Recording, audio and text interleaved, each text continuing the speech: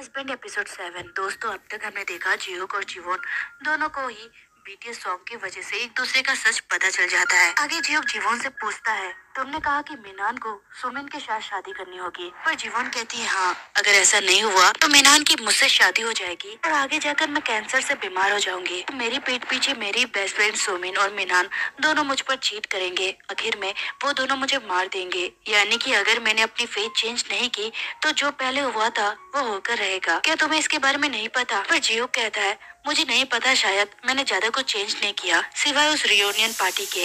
ये सुनकर जीवन उसे पूछती है, तो तुमने ही इनो को उस पार्टी में भेजा था, लेकिन तुम उस रेस्टोरेंट के बारे में कैसे जानते हो? पर जियो उसे कहता है, क्योंकि वो उसके फ्यूनरल में गया था। ये सुनकर जीवन सैड होने लगती है और उससे पूछती है, तो मेरा फ्यूनरल कैसा था? और जियो उसे बताता है, बहुत ही सैड दिन था वो। तुम्हारे जाने के बाद बहुत सारे लोगों को रिग्रेट हुआ। सुनकर जीवन हंसने लगती है और कहती है, ऐसा हो ही नहीं सकता, तुम झूठ बोल रहे हो। मेरे मरने पर आखिर किसको दुख होगा और कौन रिग्रेट करेगा?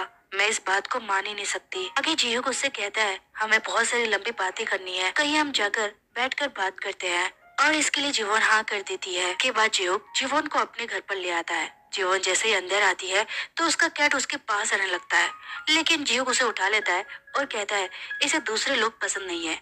लेकिन जैसा वो कह रहा था उसका उल्टा होता है। वो जीवन से जाकर फ्रेंडली होने लगता है और जीवन को भी कैट बहुत ही पसंद है। वेल, यहाँ पर ये नहीं बताया जाता क्या ये वही कैट है जिसे बचाते हुए जिहुक कार के सामने आ गया था। कि जिहुक जीवन से कहता है, तो क्यों ना तुम मीनान से ब्रेकअप कर लो और सोमिन से पूरा कट ऑफ कर लो। इस पर जीवन उससे कहती है, मैंने ये सब कर कर देख लिया, लेकिन इससे कोई फायदा नहीं होने वाला। मैं मीनान से ब्रेकअप कर लेती हूँ तो वो पागल हो जाएगा या उसे दौरे भी पड़ सकते हैं। जैसा कि 10 साल पहले उसने मुझे मार दिया था, तो हो सकता है गुस्से के कारण वो मुझे अभी मार दे। पर जियो उसे कहता है, तो क्यों ना तुम बहुत दूर चले जाओ, इसमें मैं तुम्हारी हेल्प भी करूंगा। जीवन कहती है, ये सब करने से कुछ नहीं होगा, लेकिन मुझे एक रास्ता मिल गया है। वो अपना हाथ दिखाते हुए कहती है, मेरे इस हाथ पर जलने का निशान था। फिर वो उसका हाथ पकड़ती है और दिखाती है, ये निशान मेरे हाथ पर था। मुझे याद है गरम केतली गिरने के कारण मेरा हाथ जल गया था, लेकिन इस बार तुमने मुझे बचाया, जिस वजह से तुम्हें चोट लग गई। यानी कि जो होना है वो होकर रहेगा,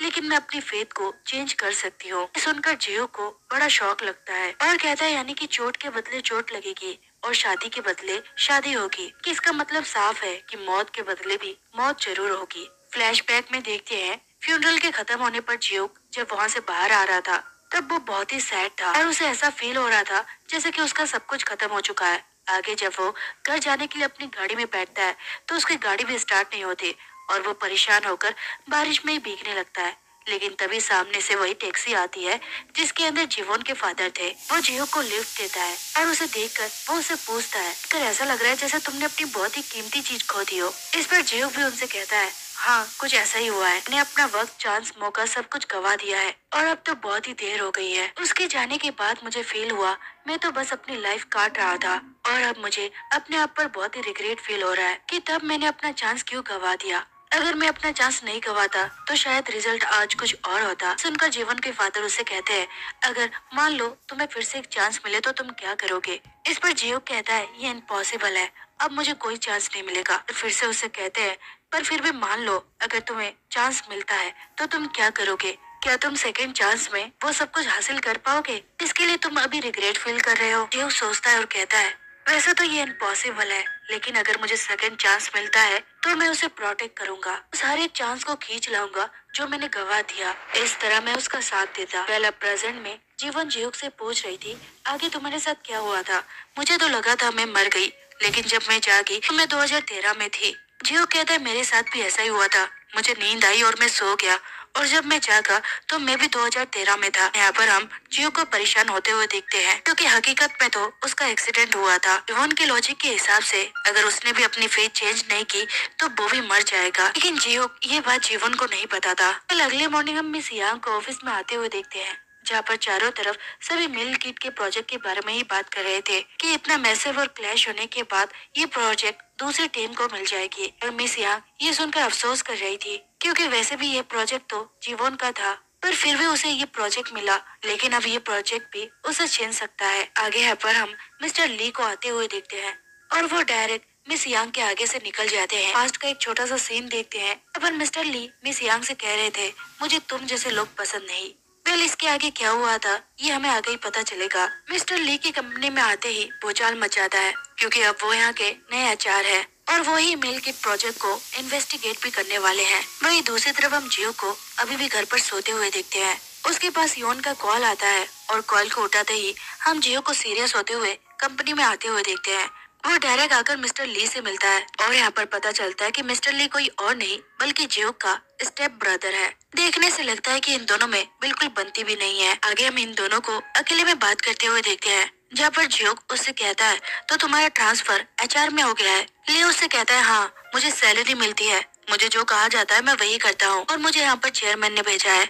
ये सुनकर जियो कहता है मुझे नहीं लगता उन्होंने तुम्हें यहाँ पर भेजा होगा। इस पर ली कहता है चेयरमैन कुछ भी कर सकते हैं, चाहे फिर वो कंपनी के लिए हो या फिर फैमिली के लिए। फिर वो न्यूज़पेपर उठाते हुए कहता है मुझे नहीं लगा था कि ये लड़की तुम्हारी टाइप की है। न्यूज़पेपर पर जीवन की तस्वीर थी। वो कहता है तुम्हारा चेहरा देखकर लग रहा है कि तुम ये प्रोजेक्ट मिस कांग को देने वाले हो, लेकिन अब मैं यहाँ पर आ गया हूँ तो इसका डिसीजन मैं लूंगा। अब ये प्रोजेक्ट तुम्हें मिस यांग को देना है और वही इस प्रोजेक्ट को लीड करेगी। जब तक इन्वेस्टिगेशन करके रिजल्ट नहीं आ जाता तब तक ऐसा ही चलेगा, लेकिन तुम मिस कांग को टीम की मीटिंग में शामिल कर सकते हो।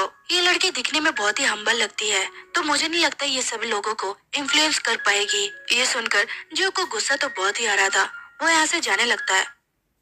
ये सुनकर जो को गुस्सा तो बहुत ही आ रहा था, वो यहाँ से जाने लगता है, लेकिन तभी वो रुकता है और कहता है इस पूरे प्रोजेक्ट ने इतने सारे लोगों को इन्फ्लुएंस कर दिया और तुम्हें लगता है कि ये लड़की किसी को इन्फ्लुएंस नहीं कर सकती, जबकि ये प्रोजेक्ट उसी का आइडिया है। तो मुझे नहीं लगता कि इस प्रोजेक्ट में सबसे बेहतर काम मिस कांग के अलावा कोई और भी कर सकता है। ये कहकर जियो यहाँ से चला जाता है। आगे जियो की मिल की टीम के साथ मीटिंग होती है, जहाँ पर जीवन बड़ी आस लगाए बैठी हुई थी कि इस बार इस प्रोजेक्ट को उसे लीड करने दिया जाएगा। और यहाँ पर जियो भी भारी मन के साथ कह देता है कि इस प्रोजेक्ट को मिस यांग ही लीड करेगी और मिस यांग के अंडर 3 असिस्टेंट मैनेजर होंगे, इस प्रोजेक्ट को असिस्ट करेंगे और वो होंगे मिस यॉन, सुमिन और मिनहान। ये कहकर जियो यहाँ से जाने लगता है और जीवन उसके पीछे दौड़ कर जाती है और उससे कहती है इस प्रोजेक्ट को तो मैं लीड करने वाली थी। जियो उससे कहता है इस प्रोजेक्ट को मिस यानी अच्छे से लीड कर सकती है। फिर जीवन कहती है वो तो ठीक है, पर इस प्रोजेक्ट के अंदर 3 असिस्टेंट मैनेजर कुछ ज्यादा नहीं हो जाएंगे। तब जियो उससे कहता है ये तो अच्छा है ना, और तुम ही तो चाहती थी मिनान सुविन के पास रहे, तो क्या ये एक अच्छा मौका नहीं होगा। और ये कहकर जियो यहाँ से निकल जाता है।